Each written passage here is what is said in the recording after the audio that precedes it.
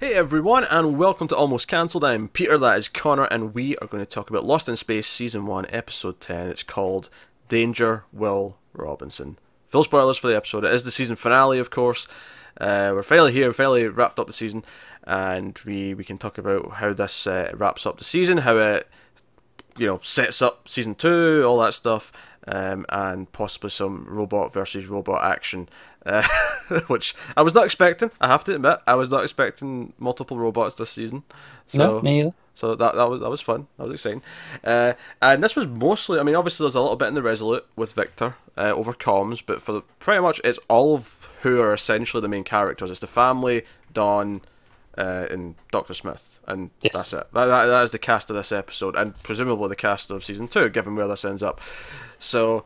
And ultimately, it does make this entire first season feel like, no, this was the setup for them really being lost in space. Pretty much, yeah.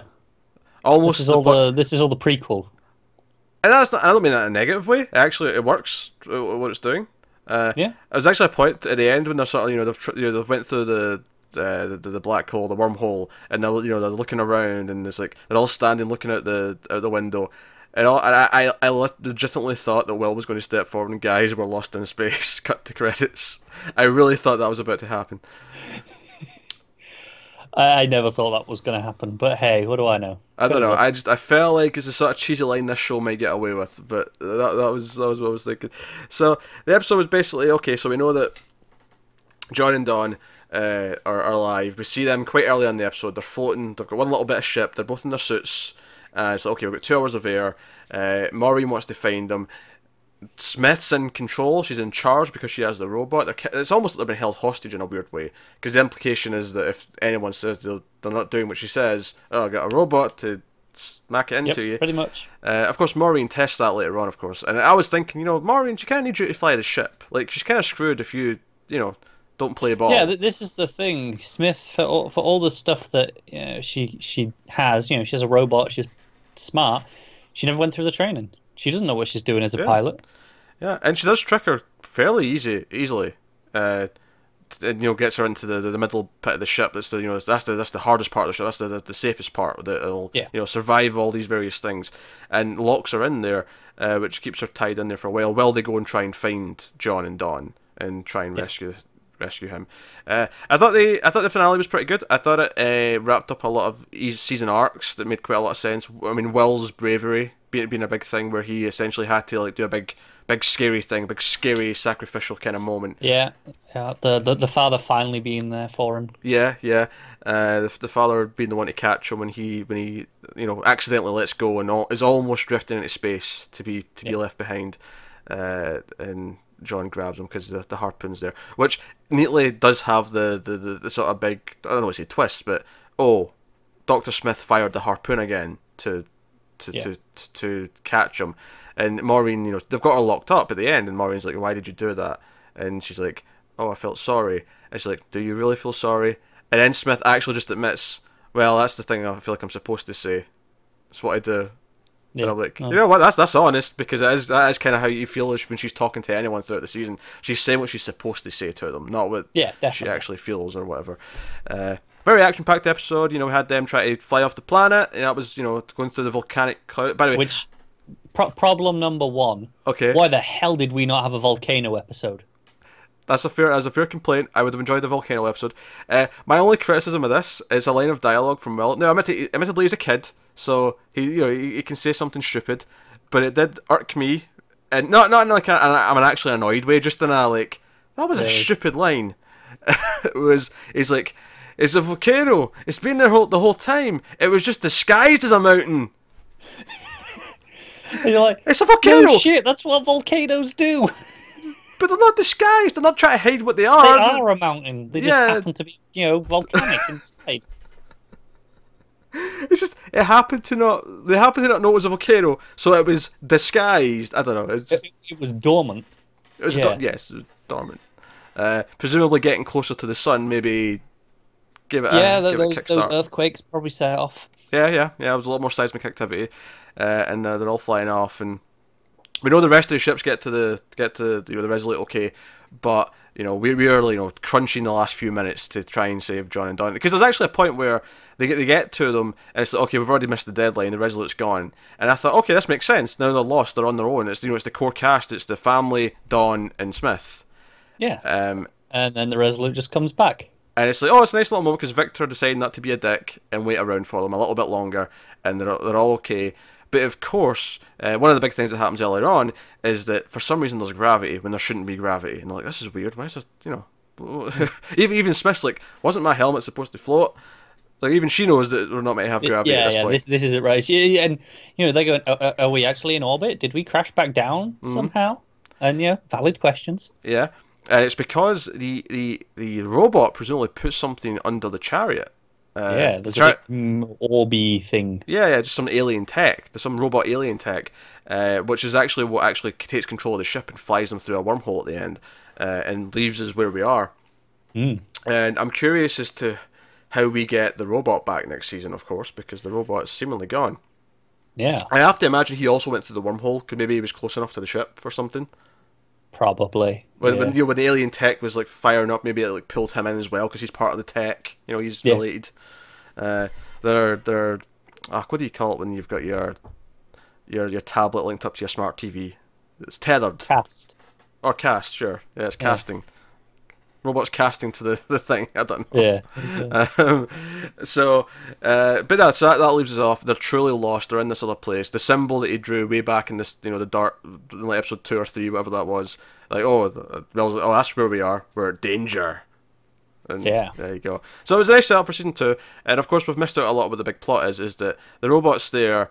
It's coming after them. They hide. There's a great moment where the robot's going to bash Will in the head. Will's trying to do "It's me, robot. It's me. Remember the baseball?"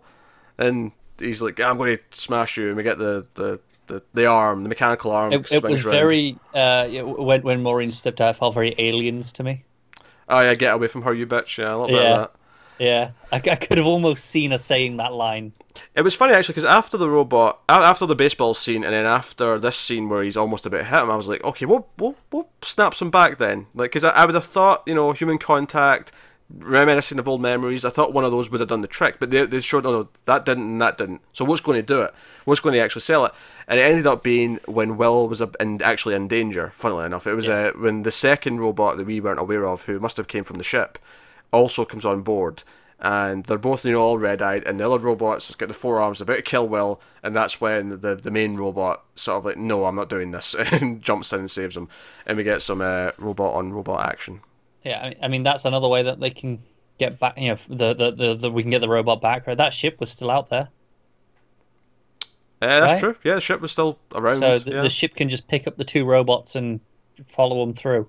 That's true. Yeah, because I fully expect the robot to be back next year.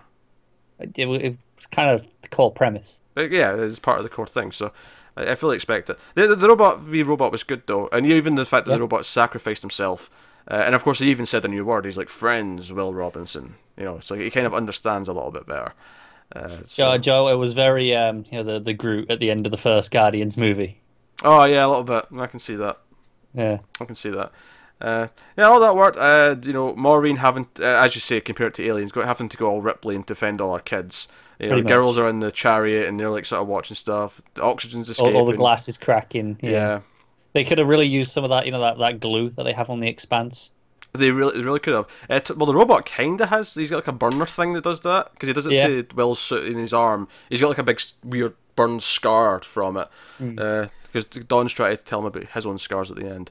In fact, Don and John on the little thing, he's trying to like rewire it to like convert a little bit of like basically a signal flame, essentially. Yeah, so it's just some heat so it can pick them up. Yeah, so the Jupiter can see where they are, and he gets like some of the stuff in his suit like sort of solidifies and is in his eye, so he can't see. And it's like, there's a way to like get rid of this. Your eye can produce water. It's like, well, I can't cry. Like, what? He's trying to like piss him off. He's trying to like, that must be a shame being an orphan, and so many other things. And he's going along with it, and he's like, oh, hang on, I see what you did. No, you have to do better than this. Yeah, and I mean, it's funny because it's really predictable the moment that it's going to be. Like, because John's talking about how he's whole speech. He's rediscovered his kids. He's learned who his son is, who his daughters are, and how Penny gives him a hard time, how Judy's a little more like him than anyone else, or at least he wishes he was like her. Because I actually thought it was being a bit of a variant at first. He's like, oh, she's just like me. She's fearless and brave and strong. And I'm like, oh, you think a lot of yourself, don't you, Joe? Is it vain if it's true? Is it true? I mean, everything we've seen from him has been. He's always true. Stepped up and fought the monsters. That's a fair point. That's a fair point. Actually, do you know what speech I really liked, or what part of that speech I really liked? When he was saying that, I used to feel bad about missing birthdays and Christmases and all those big days, but he realised now that the days he was actually really missing was everything in between those. It was the everyday. Oh, they're always there at breakfast. They're always there for this, and that's the stuff that actually stacks up the time and is the living together. Just being there for the holidays isn't actually amounting to that much. No, exactly. And I really like the payoff is after Don's been crying and they get on the comms and Judy's and me like, have you been crying? So I can hear it. Tears of joy. John's sticking up for him. He's like, it's tears of joy, Judy. Yeah, solidarity. Don't emasculate him now. Come on. Yeah. Come on. We're heroes. Like, look, I made him cry, but I had to. Yeah, it's fine. Also, Dawn realising they didn't have, if they just waited a few hours, when they find out they had fuel, it's like, so we could have just waited a few hours, so that's fine, that's great. Yeah, no need to shoot us into space whatsoever. Yeah. So. It's funny, because I feel like there's less to talk about with this one, because it's mostly just the action and the tension of, but that's the thing, I thought most of the stuff where they're running away from the robot and they're trying to outsmart it, and Maureen's doing all these fancy little tricks to try and make it work, get it out the back of the airlock, oh wait, it's back, and now obviously it's decompressed, so now there's no sucking out, and that's all fine. But then it became the robot v robot fight, and you're kind of rooting for the robot, and it's like, I thought it was all fun action. It felt like it really built up to all this, and it was playing off the themes and the arcs that we kind of started. The two ones mainly being, of course, Will being brave, and he even confronts his mother about it. He's like, hey, I didn't pass those tests. Yeah. And he has his little thing, and it's a little bit cheesy. It's a little bit, with a kid actually say this to his mother, but on his way out to manually turn the crank outside, he's like, well, what good is you protecting me my whole life if I can't ever grow up and protect you? I was like, okay, I don't know if a kid would ever actually say that, but it was a smart line. I think if he was like a teenager, I'd be like, okay, maybe, yeah. I buy someone who's maybe like 16, 17 saying even that then it's kind of cheesy, but maybe let it slide. It's cheesy, but it makes sense that they're thinking that one day they have to take care of their parents. I don't think someone who's like 10 or 12 is thinking that way. Yeah, no, I agree. But is this a minor quibble? It won't work. Something I was really glad about in this episode is that there was a manual override for Smith in the center, because I was like, this seems really unsafe. Okay, so it's locked in. She's pressing the button, it's not working. I'm like, okay. Surely there's a manual override. This seems like a real massive design oversight if there isn't one. And it addressed it. Basically, Maureen was banking the fact that she wouldn't know where that is, and she was right. And up until Smith got the book out and decided to do some reading. Yeah, but no, I think I would have sort of, because had they not addressed it, I would have maybe argued, oh, there probably is. She just doesn't know what it is. But they actually brought it up and said, no, that's the case. There is a manual. Of course there is. That's fair, because I was like, this is weird. If when she's just hitting it, I'm like, there's got to be one, right? Yeah. It was my first thought when it locked, so I was really glad it went into it. Yeah, no, that's fair. I'm quite happy with it. I'm happy with the season pretty much overall. I greatly like the characters quite a lot over the season. I think the action was typically fun.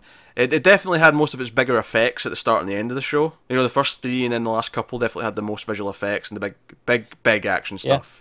That's true. I stand by feeling a bit of a slump in the middle for me personally, that's where we were doing the community stuff rather than the the survival.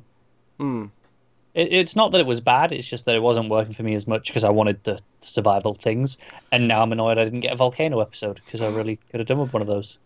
Yeah, okay. But just overall, I'm a fan. I think I enjoyed the middle section of the show as well. It was definitely a little bit different, but I think it let us sort of have time with the characters a little bit more. And a show like this, I kind of appreciate that. Admittedly, I don't think you would necessarily lose that much by cutting out 2 episodes and squeezing it down to 8. I think it would still work quite well at that length. But at the same time, I'm actually kind of glad we did get some downtime, if that makes sense. It's going to sound like a weird thing to say, but I actually really appreciate some downtime with characters. I get that. I wouldn't have minded, one episode of downtime here, one there, but there's a block 3 of 3 in a row felt, I just felt it drag a little by that point. No, that's fair. But no, I like the season, and it's not been officially renewed yet. The scuttlebutt is that it looks like it's going to, which is good because I thought this was a nice counter. Given we're working through the Expanse right now, which is grim, dark, we're all doomed. Serious everywhere. Serious space show. It was nice to have something a bit more adventurous that had a bit more hope and heart, even if it does end with them all being completely stranded in a galaxy they're not familiar with. No, I agree. Yeah. Also, we had opening titles on this episode, which to be expected on the last 10. one. No, that's fine. Do you know, it's funny. I would see if it was only this episode, it would have made more sense to me that it was just the last one because it's finally become Lost in Space. Right, exactly. Yeah. Especially as it feels like this. It was like a prequel, a prelude to the show. So it feels like, okay, you do it here, even at the end of the episode here. Do you know what I love about this is that I think that season 2 is completely open for just about anything. Obviously, I expect more of this robot race and culture and the aliens that control them, but beyond that, I don't know how it tackles that. I don't know if we go to multiple planets. Do we go into bigger spaceships that are alien spaceships? Do we? I think I saw a headline a week ago discussing that there might be a time jump. Oh yeah, no, maybe the kids. Well, I don't know how much of a time jump, but maybe if it's just real time, a year and a half or whatever. Yeah, I can see that. Because I was going to say 5 years, because I think because the actress who play the teenage daughters are actually in the 20s, you could actually just make them look a bit different, and I'd buy that it's been 5 years because they're actually in the 20s. Are they both? Judy definitely. Judy's 24. Oh. I'm not sure about Penny, but I assume she looks a bit younger. Yeah, I assume she's older than she's playing though. Yeah, probably, but I don't know if she's in her 20s, so I wouldn't go. I'll check. I always have the IMDb list up. And it doesn't have a date of birth because she's not a big star yet. Oh well, never mind. Hey ho. Yeah. What are you gonna do? So I could buy that, but Will you can't fake. You can't fake 5 years at that age. No, which is why I think it's likely that you do a year and a half. To go, okay, I agree. The first thing you said was real time. I think that makes complete sense. Have it just be, and that explains why he's maybe if he's had a foot growth spurt. Oh, he had a growth spurt in the year off. Fine. It happens at that age. We see it all the time. His voice broke. Fine. Yeah. The awkward part of voice breaking though is the shoot scenes out of order. So if it starts happening after they've shot some of it, it can get a bit. Weird. That's when it gets tight, isn't it? Because if I recall, Stranger Things had to go back and redub scenes because the voice broke for one of them halfway through shooting. It wasn't the voice. It was the kid with the teeth. Dustin, right? Yeah. His lisp sound. Yeah. That changed at one point because of the way his teeth grew out. Yeah. Plus, it's the same difference though. Is that if it changes, they have to go back and redub everything so it all sounds the same.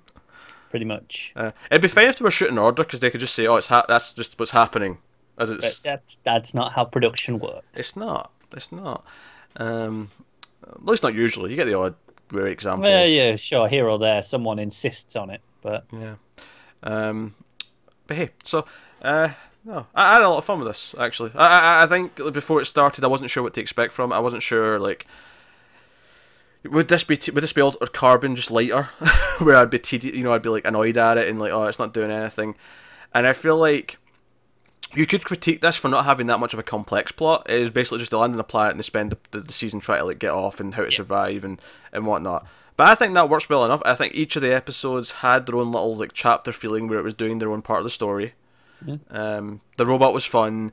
The survival stuff was usually exciting.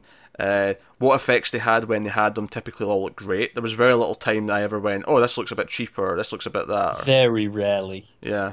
Honestly, one of my biggest criticisms with the those 3 episodes aside where I'm not super keen on, last episode subtitles is one of my biggest criticisms with the show. The funny thing is, it's not even a big problem where I'd ever downgrade the season for that, but it is probably the biggest thing that sticks out as being that was weird. Why did they do that? Yeah, exactly. And as much as I say, I thought there was a slump in the middle. I'll take this over Altered Carbon any day. Oh yeah, absolutely.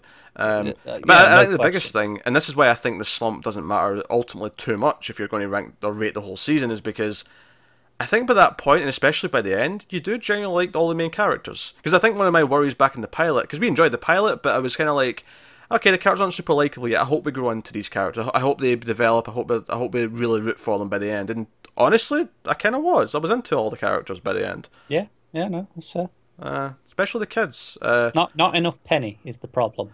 We need more Penny next season. Yeah, not enough Penny in this finale. There's not. That said, I did enjoy the she spoiled Moby Dick. It's like, hey, spoilers. Hey, it was written in 1851. You had your shot. Yeah, and also completely with a yes, need a harpoon gun in my life.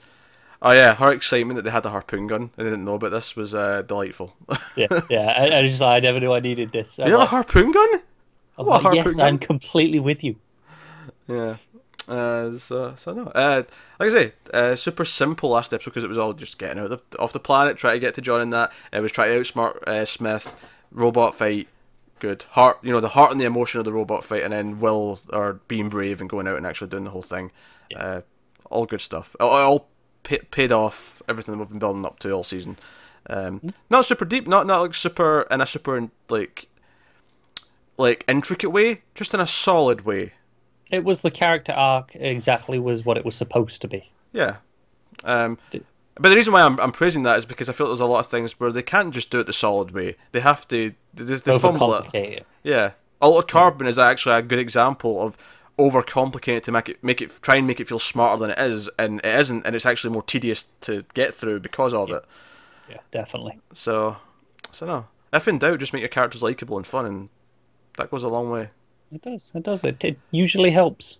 So that's Lost in Space season 1. We're done, and hopefully, get season 2. I assume it'll still be next year, but probably later in the year, probably summer next year, I imagine.